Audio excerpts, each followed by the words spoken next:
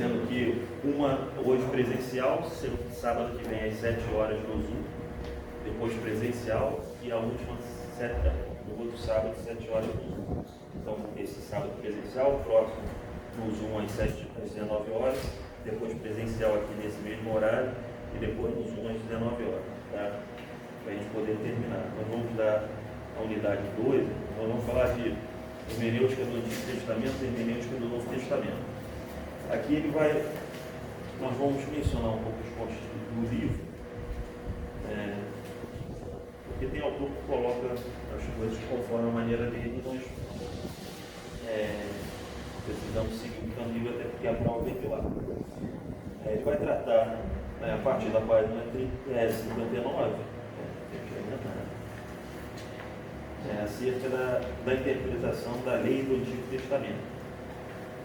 Quando nós vemos aí acerca da lei, ele aborda o cristão, a interpretação da lei do Antigo Testamento. É compreender que o cristão ele vê o Antigo Testamento de uma maneira diferente que o judeu vê. Tá? E, ultimamente ele tem uns movimentos dentro das igrejas que não são judaizantes, né? Ninguém manda se circuncidar, mas adotando práticas do judaísmo, pegando símbolos judaicos. A Universal faz muito isso, pegando símbolos judaicos, arca, não sei o que lá, aí usando tefim e uma série de artefatos aí do simbolismo judaico, e falando que é fazendo a prática até neopentecostal, não só igrejas neopentecostais, mas igrejas pentecostais praticando o neopentecostalismo, né? Pega um determinado símbolo e põe aquilo como artigo de fé, vamos dizer assim. Mas isso tudo é uma distorção de interpretação teológica, né? Você tem que entender que o Antigo Testamento é uma antiga aliança. Uma aliança de Deus, ele, como já foi até falado aqui, chama Israel para ser um reino sacerdotal, um reino que representa Deus na terra, a propriedade peculiar de Deus, mas acaba fracassando e, de uma certa forma, por não entender aquilo, assim como a igreja, na verdade, ela tem fracassado, porque na nova aliança esse papel acaba sendo estendido à igreja, né? Repassado à igreja, onde dentro da igreja está Israel e os demais povos da terra salvos em Cristo Jesus. Mas a igreja tem fracassado porque também não entende a proposta. Se a proposta é ser referência na vida que leva, eu preciso de uma vida diferente, uma vida santa, eu não posso ter uma vida igual ao restante do mundo. Por isso que Israel não entendeu, mas Israel adotou os costumes do mundo, e assim a igreja faz hoje também diferente. O ser humano no mundo é a mesma coisa. Se sair amanhã, pinta o nariz de vermelho e amarelo. Amanhã tu vai ver uma opção de crente com o nariz vermelho e amarelo, na ponta do nariz dentro da igreja. Isso é ser humano. Ele ainda não entendeu que ele é representando um Deus que é diferente. É crente, mas continua sendo ser humano. E nós precisamos entender que essa aliança, ela não foi alterada em si no seu caráter, mas tem coisas que não se aplicam, porque você tem coisas daquele contexto, como ser santo naquele contexto, para nós nos dias de hoje não se aplica, até por causa do Concílio de Jerusalém, muita coisa para esse pessoal obedecer e a gente não conseguiu obedecer. Por isso que foi falado lá, nossos pais não conseguiram seguir isso aí. Então vamos colocar algumas diretrizes para os gentios do servir a Deus, ou seja, não os judaizantes. E entender uma coisa, tem uma ala do cristianismo que ela compreende que o judaísmo foi um fracasso na servidão de Deus e Deus o rejeitou. Daí permitiu a questão do ano 70, o templo ser destruído, foi até já mencionado aqui, tem gente que só cultua com o templo, só com a igreja. Então ali Deus estaria rejeitando o judaísmo. Olha, esse tipo de religião eu não quero. Talvez essa questão da pandemia também seja isso. Deus rejeitando esses obreiros que estavam lá, ocultos, escondidos, sem vergonha, não presta nada, preguiçoso, não presta nem para ser pai de família, muitas das vezes, mas está lá escondido de terra e gravado. E Deus ele permite a pandemia e aparece todas essas características do sujeito. Onde a gente vê quem serve e quem não serve. A verdade é essa. O apóstolo Paulo fala que é necessário que tais coisas aconteçam para que aquele que é sincero se manifeste. A verdade é essa. Então, é compreender que essa aliança foi ampliada para todos os povos da terra. Na verdade, Israel era para ser o mediador da aliança entre o mundo e Deus. Essa era a antiga aliança.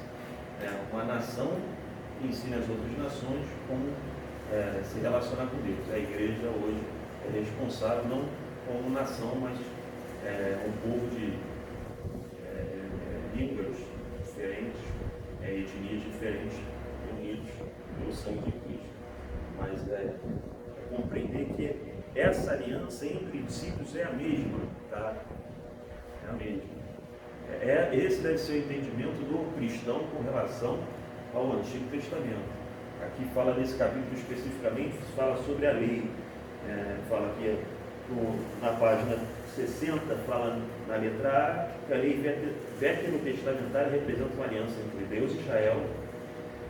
Na letra B fala, alguns preceitos da antiga aliança claramente não são renovados na nova, porque são preceitos contextuais. Tá? Vai ser abordado até mais à frente, na página 62, no 1.2, que fala de leis incomuns aos nossos dias. Tá? Algumas leis até acerca de vestes de não misturar linho com seda, se não me engano.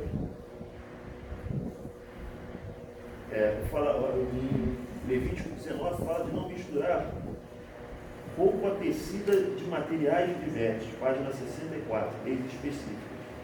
Tá? Específicas. Aí tem o trecho em Levítico, e isso está relacionado ao contexto da época, onde eu li também na coletânea do Champion, que acaba sendo base para a confecção dos livros em teologia, ele falando o seguinte, que não se misturava porque os povos das outras culturas que serviam a outros deuses assim faziam. Então, para não parecer, olha só, para não parecer com aqueles povos, para não ter a aparência daqueles povos, o que acontecia? Deus proibiu, foi Deus, tá? Deus proibiu naquele momento, não mistura, porque vai parecer que não me serve, tem que ser diferente até nas vestes. E isso a igreja também não quer saber. O ser humano ele não muda. Eu gostei, o negócio é o humanismo, né? Eu quero me sentir bonito, eu quero me sentir apresentado. E Deus ele está pouco se importando porque eu quero me sentir. Ele quer que eu sirva, já foi falado aqui sobre o obedecer, a fidelidade que traz as bênçãos. Então, a gente vê que a característica do ser humano é mesmo. Se eu deixar o meu homem natural, vai sendo produzido da mesma forma. Não tem o novo convertido ou pastor, a mesma coisa. Se deixar o homem natural, vai embora. Não tem que segura. E a gente pode escolher cauterizar a consciência. Né? Não tem problema não. Isso daí não tem problema não. E arcar com as consequências um dia. Né? Ou falar, não, eu realmente tenho que mudar, porque eu deveria ser referência. Porque eu me satisfaço em ser referência, por exemplo, só nas vestes, mas no linguajar não. Eu me satisfaço em ser referência só no linguajar, mas na honestidade não. Felizmente o crente, ele está assim, ele está escolhendo onde ele quer ser referência. Né? Ele não é em tudo. Sede santo em toda a vossa maneira de viver. Então, não é isso, eu acho certo isso aqui. Não, nem as vestes, nem tecido das vestes podia se misturar. Fala aqui no cozer, até o alimento, o leite. Aqui não cozerás o cabrito no leite da sua mãe, porque as outras Os outros povos faziam isso com superstições, como se fosse algo benéfico, algo que fosse beneficiar eles, acerca de fertilidade. Ou seja, o que tem eu cozinhar ali no leilão? Não vai mudar nada, mas só pelo fato do outro povo fazer, eu não poderia fazer igual. Olha a proibição que Deus está colocando. Só porque os povos que não conheciam Deus faziam, Deus fala, você não faz. Você não pode fazer. Então, essas coisas não nos servem porque não é o nosso contexto. Nosso contexto hoje de mundo é outro. Mas nós continuamos adotando as coisas que Deus proibiu a igreja de adotar. Nós continuamos adotando. Aí ele fala, é legal, pum dentro da igreja. Então, isso é legal, pum dentro da igreja. E aí, foi até falado do culto online aqui, o culto online, ele tem suas vertentes. Um povo vai reagir não pecaminosamente contra Deus no culto online. O outro vai adorar estar na frente de uma câmera. Tem gente que adora estar na frente de uma câmera. Adora. Se puder filmar tudo, tira foto de tudo. Precisa se libertar. Mas fala com o sujeito. Se ele te der 3 pedradas, ele não vai te ouvir também. Tem que torcer para não tomar as 3 pedradas. Que já sai do lucro. Se você não tomar as 3 pedradas, você já sai do lucro. Porque a tendência é que te dar 3 pedradas, mas ele não vai te ouvir. Você fala para ele, ele não vai te ouvir. Tudo se quer filmar no culto, tudo se quer tirar foto, para quê? Para registro de recordação? Não. Por vaidade. E aí é feito o reverso de Deus. Ele está falando, não quero isso, eu quero que as pessoas sintam a minha presença, estejam de coração quebrantado na minha presença, e está a pessoa lá. Mas fala para a pessoa da vez que ela vai assim. Não, ela já pacienta a si mesma, já criou o seu Deus, que é o coração dela, joga no nosso coração, vira o nosso Deus. E acha que está tudo certo, não tem nada que consertar, não tem nada que fazer certo. Esse é o ser humano. Então, hoje, se Deus viesse aplicar uma lei, pegar o povo e falar a sua igreja, a sua lei, provavelmente ele aboliria isso aí da igreja. Só pelo mundo fazer. Porque o povo não sabe utilizar da maneira certa. Lembra da serpente de bronze? Não foi Deus que mandou colocar a serpente de bronze no deserto? Para que as pessoas saíssem curadas? É como se Deus falasse assim, vamos botar o celular para o pessoal fazer o culto online. Aí o pessoal começa a se envaidecer, como as pessoas lá começaram a adorar a serpente. Começaram a adorar. E aí perdeu aquele propósito inicial, que era fazer o culto para que as pessoas participassem do culto. Não, passou a ser motivo da vaidade. E aí Deus fala, eu não quero mais isso. O rei pegou e destruiu a serpente de bronze. Porque o homem ele tem a mesma inclinação carnal desde que pecou. A questão é que a gente acha que está tudo bem. Eu não olho para dentro de mim, eu sou podre, miserável, cego, está tudo errado. Em mim está tudo errado, irmão. Eu olho para mim e acho uma abominação. Mas quem olha para si acha que está tudo certo. Mas lembra do pecador que falava, eu não sou conforme os outros, eu dou o dízimo de tudo que eu tenho, e o outro pecador, os dois eram pecadores, só que não era fariseu. Os dois eram pecadores, o outro não, está batendo no peito e falando. Então, não levantava nem o rosto para o alto. Então, se a igreja tivesse essa consciência, ela não cairia no mesmo erro do Israel do pecado, porque essa aliança ela foi ampliada. Então, nós vamos ver que algumas leis, elas vão ser incomuns, mas o princípio dela permanece.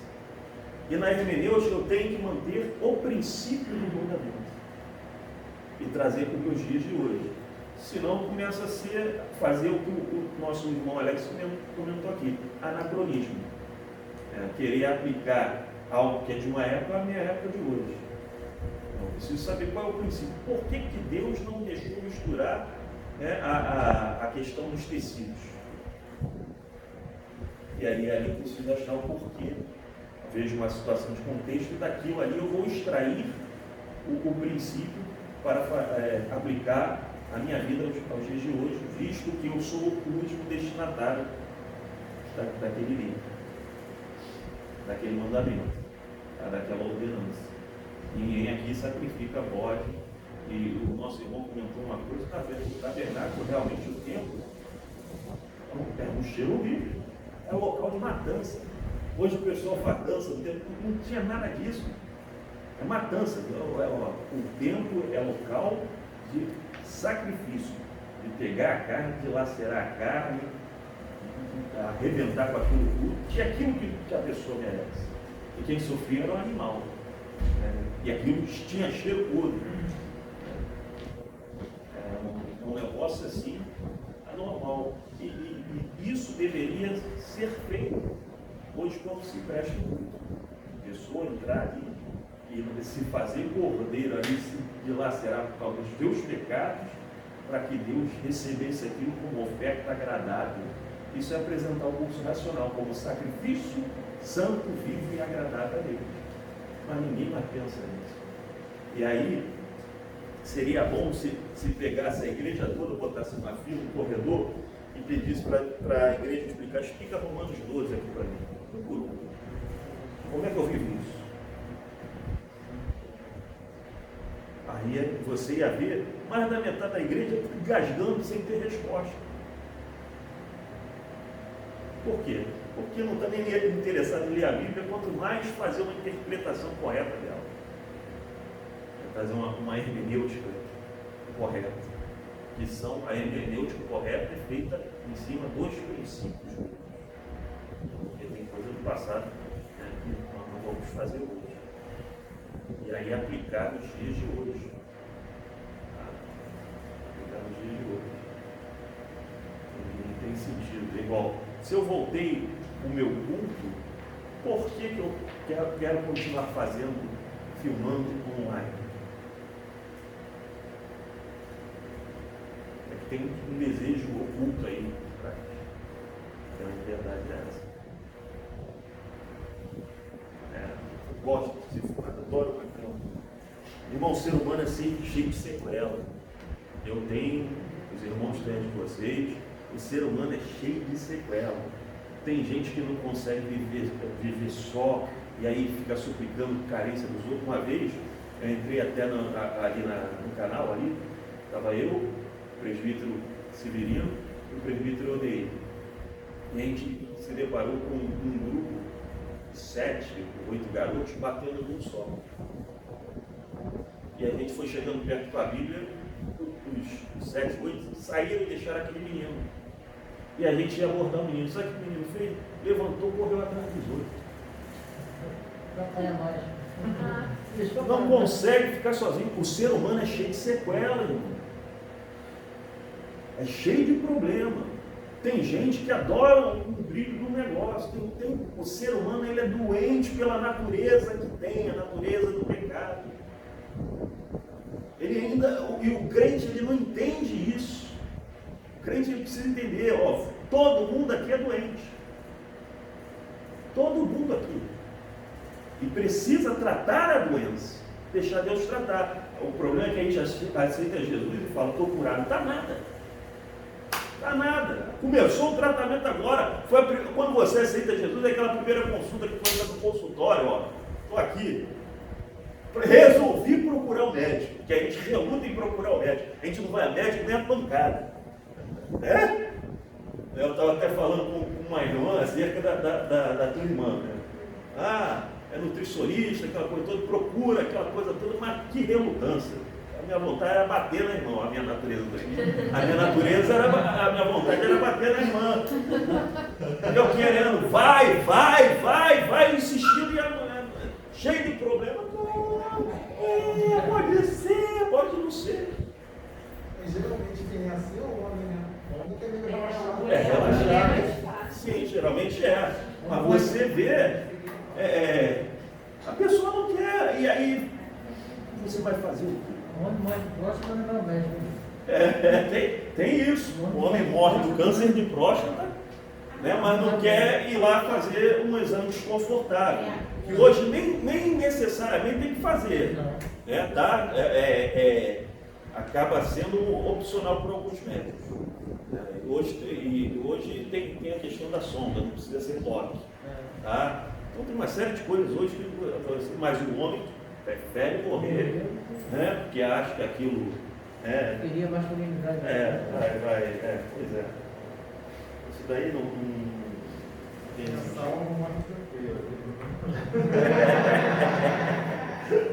Mas o que você falou é certo mesmo, Vladimir, a questão da vaidade do homem, né? Tem quantos eu já vi? Eu saí da igreja porque o pastor deixava pegar o microfone. Vaidade. Se você sai crente, se você pregar, se você pegar o microfone. Sim. Tem tantas outras coisas, uma vassoura para tu varrer a igreja, tem tanta... Não, microfone, holofote, né? E eu tenho que fazer alguma coisa na igreja, geralmente aquilo que eu tenho que fazer tem que aparecer. Isso é doença, rapaz. Mas fala isso para o crente. Você tem uma doença, você tem um problema. Por que você quer fazer algo que os outros veem? Aí tu fala isso, o crente vai te dar 3 pedradas. Trata na realidade, na verdade, lá no fundo. Todo mundo é doente. Prega isso na igreja. Em alguns locais deu resultado, mas na maioria não.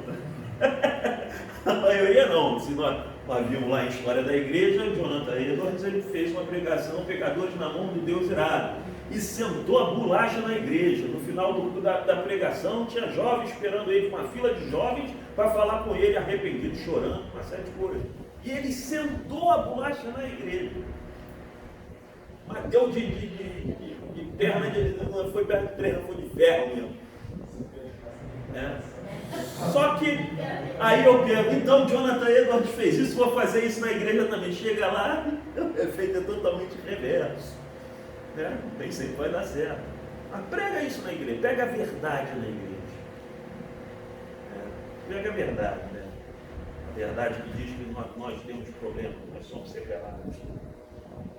Sequelados pela nossa natureza humana. Entendimento distorcido por causa da natureza humana que tem, por causa da natureza pecaminosa. E que se eu hoje tenho um pouco de entendimento conforme Deus quer, é por causa do Espírito Santo que entrou na minha vida. Porque é um pouco, tá? E aí eu tenho que começar a ter um entendimento brigando com o outro, o do Espírito contra o meu. Ele não saiu lá. Essa que é a questão. Então, quando a gente faz a interpretação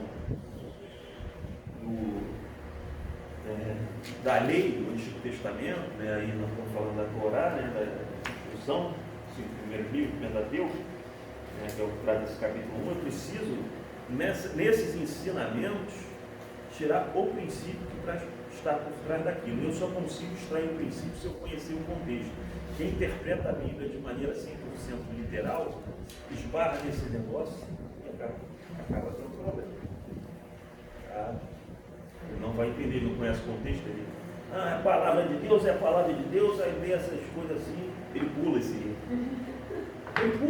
Ele não lê Levítico. Crente pentecostal lê Levítico? Inúmeros. Alguns trechos, né? Ele lê? Ele não lê. Porque ele não vai entender, ele precisa conhecer o contexto daquilo, examinar todo um aparato que a mesa não tem. Hoje está disponível, graças a Deus, mas no passado não estava. Aí esses livros eram deixados de lado. Né? Hoje você entra na internet, você tem tudo ali. Mas no passado não tinha. Então o capítulo 1, em resumo, ele vai abordar isso aí. Aí os irmãos têm pormenores aí quando estiverem em casa com seus livros. O capítulo 2, né, vai falar da hermenêutica das narrativas do Antigo Testamento. Ele vai abordar a questão de narrativa, né, o escrito bíblico como um registro relativamente histórico. Né? Porque a intenção não é exatamente narrar uma história, mas narrar uma história que revele Deus, ou seja, igual foi o nosso irmão Alex falou aqui, o livro de Samuel, ele tinha o objetivo de trazer um conhecimento teológico. Ele tem narrativas, mas uma narrativa que revela Deus através do relacionamento que Deus tinha com o seu povo. Tá? Essa é a intenção da narrativa bíblica, revelar Deus, ou seja, hoje atributos de Deus no seu começa a conhecer Deus por aquilo, naquilo que ele se revela. Eu sou o Senhor teu Deus, né? Não terás outros deuses diante de mim, igual foi lido aqui.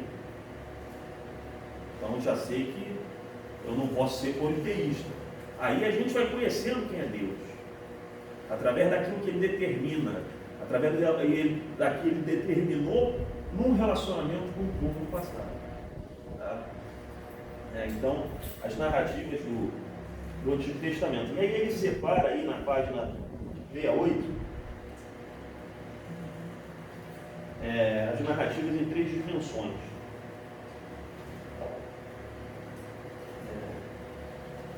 Quando fala de dimensão, é na questão da visão acerca da pessoa de Deus.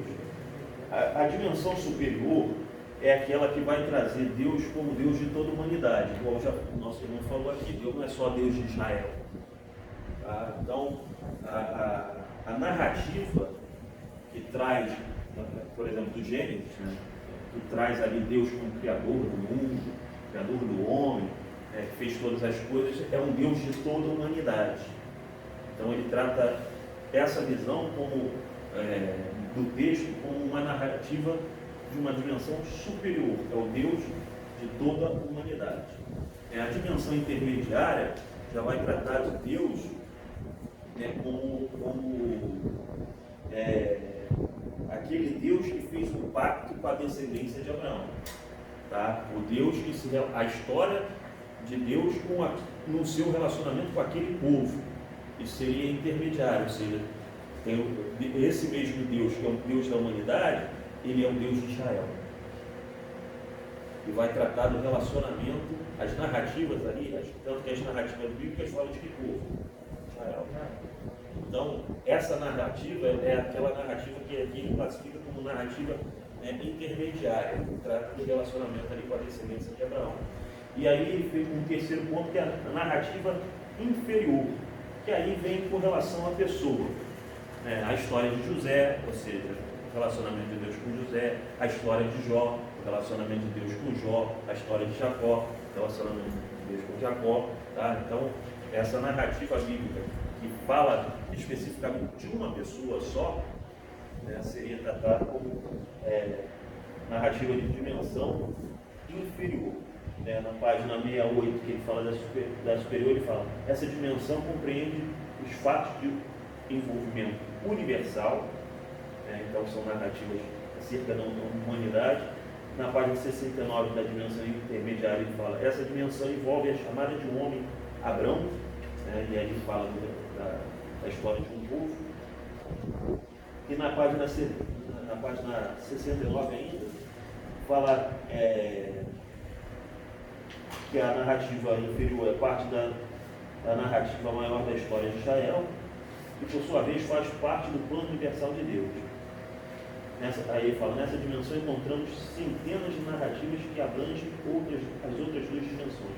Conhecemos detalhes da vida dos personagens que compõem as narrativas da Bíblia. Tá? Então, essa seria a narrativa inferior. E aqui, na página 71, 2.3, ele menciona que as narrativas bíblicas não são histórias cheias de significados ocultos. Ou seja, nem tudo que está na Bíblia você vai entender. Mas tem gente que acha que tem que dar explicação para tudo. E aí, cada um está surdo. Quando você junta 5 pessoas que acham que tem que explicar tudo, cada um vai dar a sua explicação e vai dar um problema sério. Esse é o problema sério. Ele vem falando isso. Tem coisas que não se explica. Se você morrer e tiver coragem, você pergunta para Deus quando chegar na frente dele. Eu não teria essa coragem. Posso tomar um fora igual o Jó tomou. Onde tu estava quando eu criei Israel? Ou seja, quem é você para perguntar alguma coisa? Então, eu não tenho essa coragem. Mas ele fala que as narrativas nem sempre ensinam de forma direta, Então, você tem episódios que o ensinamento estão em outras partes bíblicas ou outros episódios. Aí ele menciona até que o adultério de Davi, seria o adultério de Davi, você Não sabe se é certo ou se é errado, sabe porque está lá no Êxodo que é errado adulterar. Aí você faz uma correlação de uma passagem com a outra. Tá? Capítulo 13. Hermenêutica da literatura poética e dos profetas. A literatura poética. Ele vai mais mencionar acerca do paralelismo. Tá? Eu já falei isso, só o presbítero Marcelo e o presbítero Reginaldo não fizeram livro poético, ainda vão fazer. O paralelismo é uma característica da poesia hebraica. A poesia hebraica não tem rima, não tem João, enquanto no cabeção, não tem essas coisas.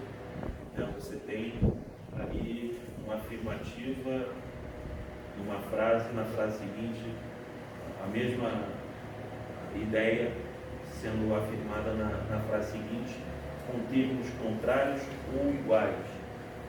E aqui na página 74, ele até menciona aqui no Salmo 14, versículo 1. O tópico 3.1.1, a poesia hebraica contém paralelismo. Página 74, e diz: quando Israel saiu do Egito e a casa de Jacó de um povo bárbaro. Ou seja, ele faz uma afirmação quando Israel saiu do Egito. E embaixo ele faz a mesma afirmação com outros termos. Ele chama Israel de casa de Jacó e chama o Egito de um povo bárbaro. Ou seja, ele faz a mesma afirmação. Tá? Só que com palavras diferentes. Diferente é que Eclesiastes é um livro poético que, por exemplo, o Eclesiastes 3, ele usa um paralelismo estético, em que há tempo de plantar, e aí ele fala algo contrário, há tempo de colher. Mas a ideia das duas afirmações é a mesma, embora os termos sejam antônimos, vamos dizer assim. Qual é a ideia? Há tempo para todas as coisas. Então, a literatura poética é composta de termos musicais, grande parte, e fala de metafórico. Na página 75, o vocabulário da literatura poética é grande parte metafórico. E claro, aí, aí vem uma questão muito clara. Ninguém louva a Deus com espada na mão. Tá? Ninguém faz isso. Claro que você tem o contexto da época, você tem situações aí que, entre aspas, não é exatamente isso, mas desfiles militares cívicos.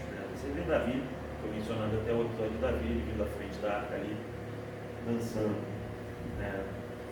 Mas se usa muito essa linguagem militar dos salmos, Senhor dos Exércitos. Você louvar a Deus com espada na mão está atrelado a essa característica militar. Mas aquilo não é literal. Ninguém vai entrar na igreja com espada na mão. Mas tem gente que fala, está escrito aqui na Bíblia. E aí quando fala louvar o Senhor com palmas, a maioria já teve essa explicação.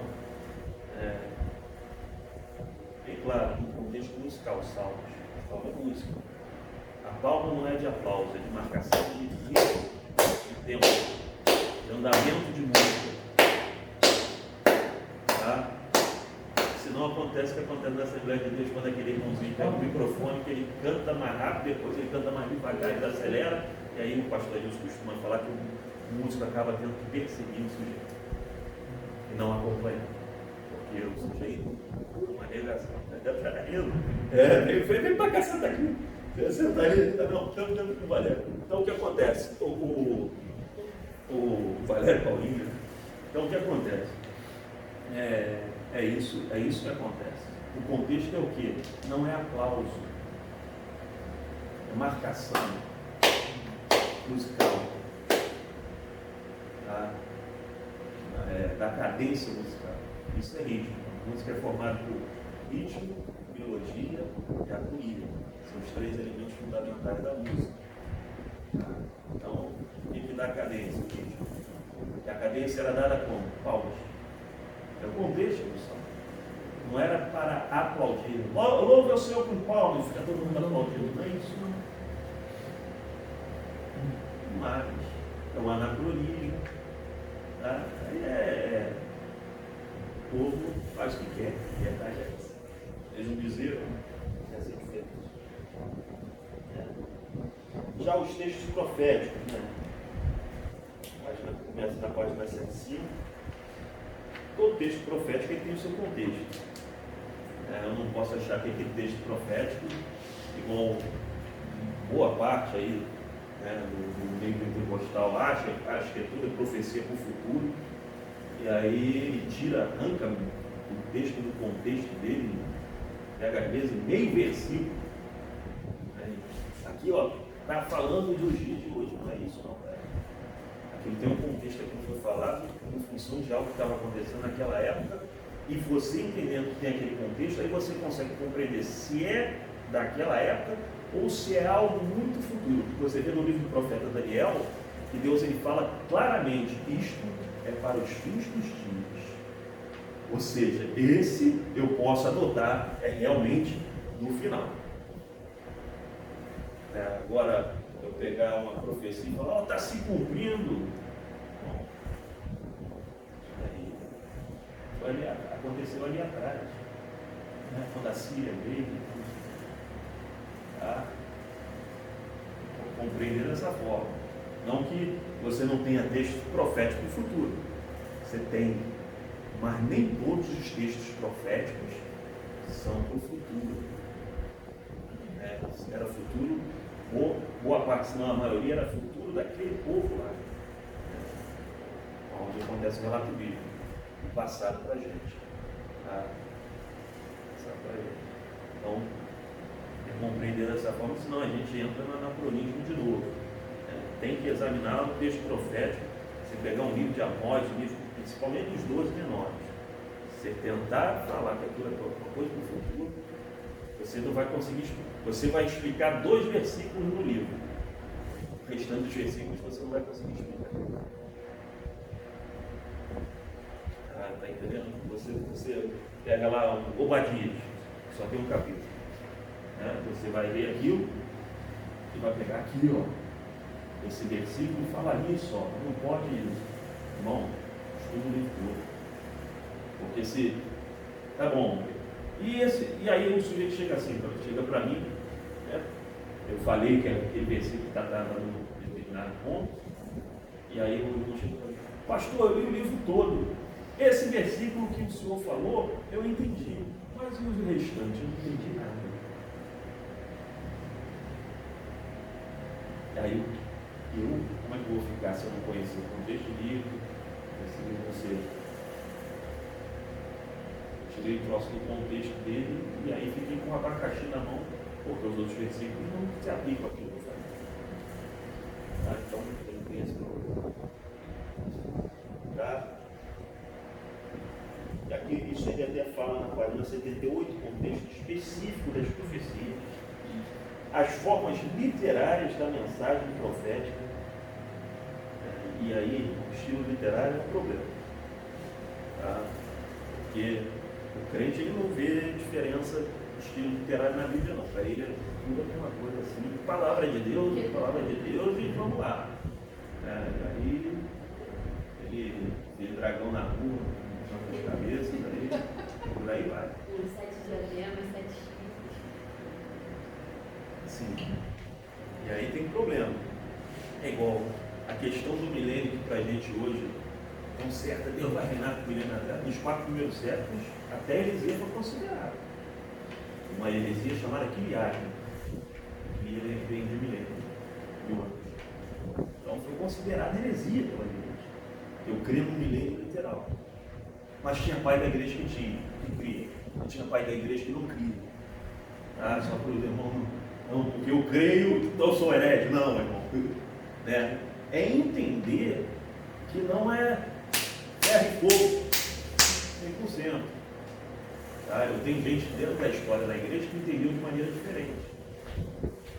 Se eu não me engano, eu dei uma aula para o Zoom, mas foi de hermenêutica mesmo. Falei sobre Inácio, a interpretação dele acerca da ceia. que ele tem a mesma interpretação católica hoje. O católico ele diz o quê? Que você, sendo na condição de salvo, você para ser salvo, você tem que praticar os sacramentos. Batismo quando criança, né? Confissão, Eucaristia, ali, penitência, né? Você tem ou o crisma, ou você tem o casamento ou o sacerdócio, e quando está morrendo, receber a unção dos enfermos. Que a gente dá todo culto aí na cruz dos enfermos que orar na frente. Ou seja, está todo mundo morrendo, segundo o católico. O católico diz que se você não passar por isso, você não é salvo, porque aquilo são meios da graça de Deus sobre a vida da pessoa. Através